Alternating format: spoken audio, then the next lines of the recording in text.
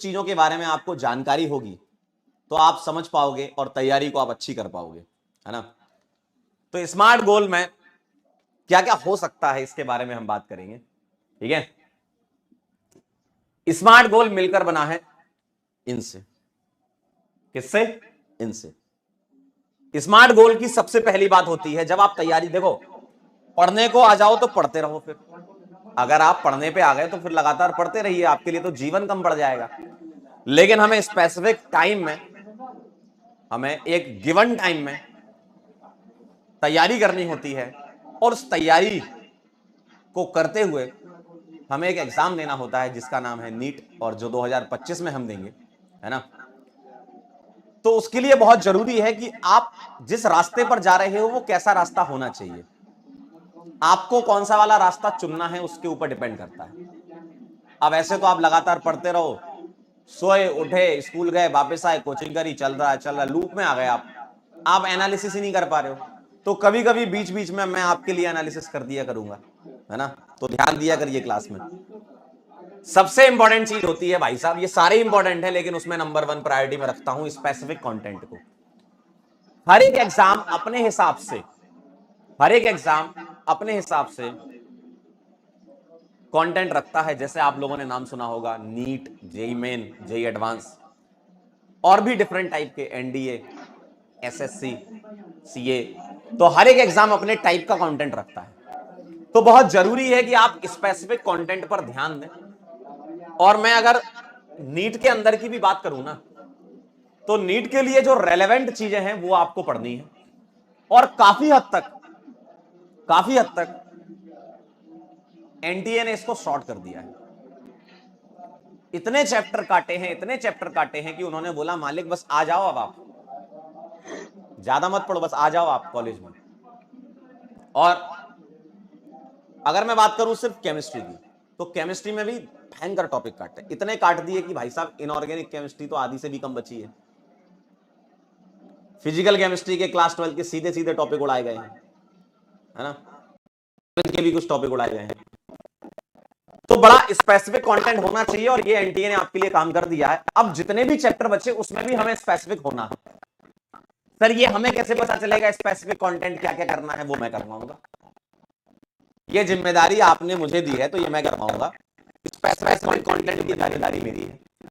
Relevant चीजें हम पढ़ेंगे जो जो आगे एकदम में आ सकते हैं। जैसे आप यूपीएससी की वैल्यू करें, आपसे बन गए थे ना, इसी तरीके से आइसोमेरिज्म की वैल्यू करेंगे, बन जाएंगे। यानी कि हम वो कंटेंट पढ़ रहे हैं जिससे हमारी फॉलो हो रहे हैं।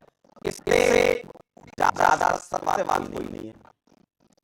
यही कंटेंट आपको मैं दूंगा, स्पेसिफिक कंटेंट दूंगा जिससे आप वैल्यू करेंगे। ठीक है। बात आती है मोर प्रैक्टिस की, तो भैया 15 की क्लास में आए हो तो ऐसी कोई हो ही नहीं सकता कि प्रैक्टिस ही ना हो।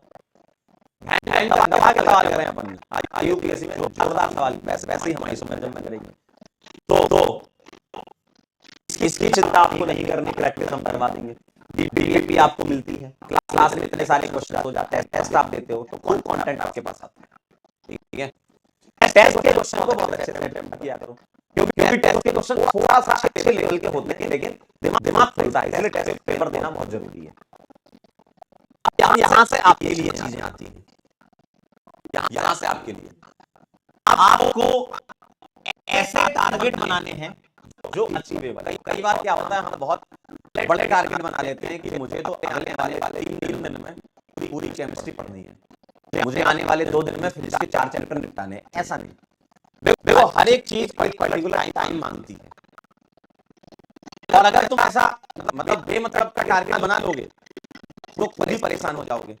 अगर मैं ऐसा सोच लूं कि मुझे भाई साहब अगले आने वाले 5 दिन का खाना खाना है, आज ही खाऊंगा, तो क्या ऐसा पॉसिबल है? नहीं पॉसिबल है।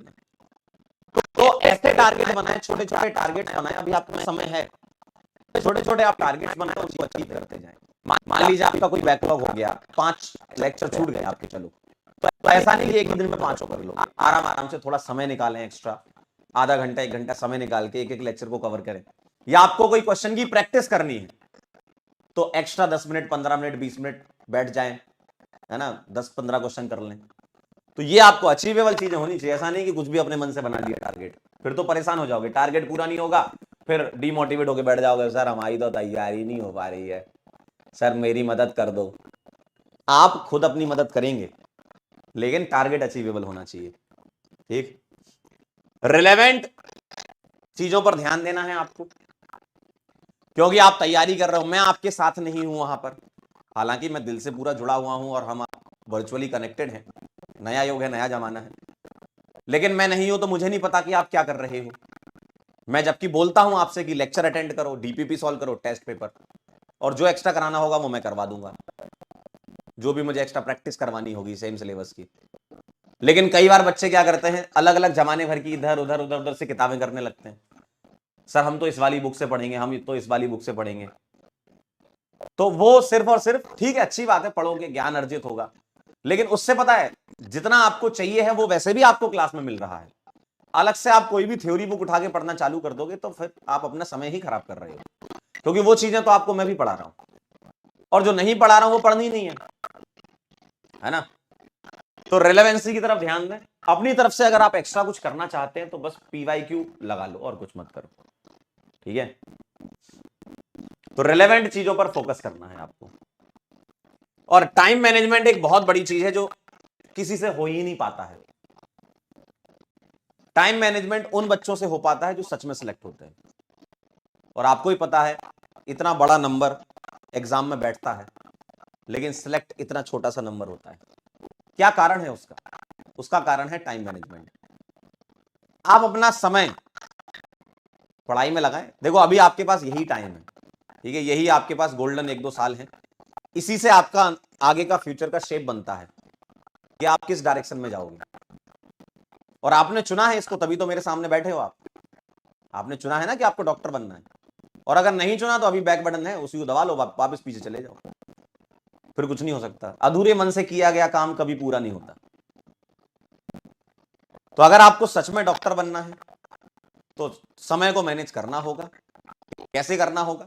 टाइम के स्लॉट बनाइए, जो भी आपकी क्लासेस चलती हैं वो टाइम तो हम लोग आपका ले ही लेते हैं, इसके अलावा एडिशनल डीपीपी सॉल्व करनी होती है आपको, और उसके अलावा लेक्चर को रिवाइज करना होता है।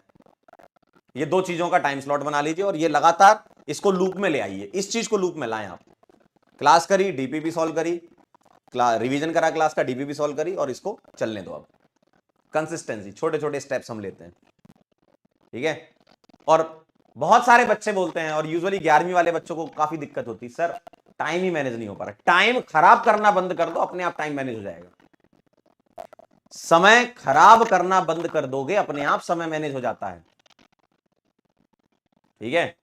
तो ये ध्यान रखें, समय की खराबी नहीं करनी है। अगर आप अपना समय, कीमती समय है ये आपका, अगर अभी आप खराब कर दोगे तो आगे बहुत समस्याएं जाएगी, ठीक है। तो ये बातें मुझे आपको बतानी थी आज। आई होप आप सभी लोगों के दिमाग में गई होंगी चीजें, अच्छा लगा होगा आपको, लेकिन इन पर अमल करना है, ठीक है।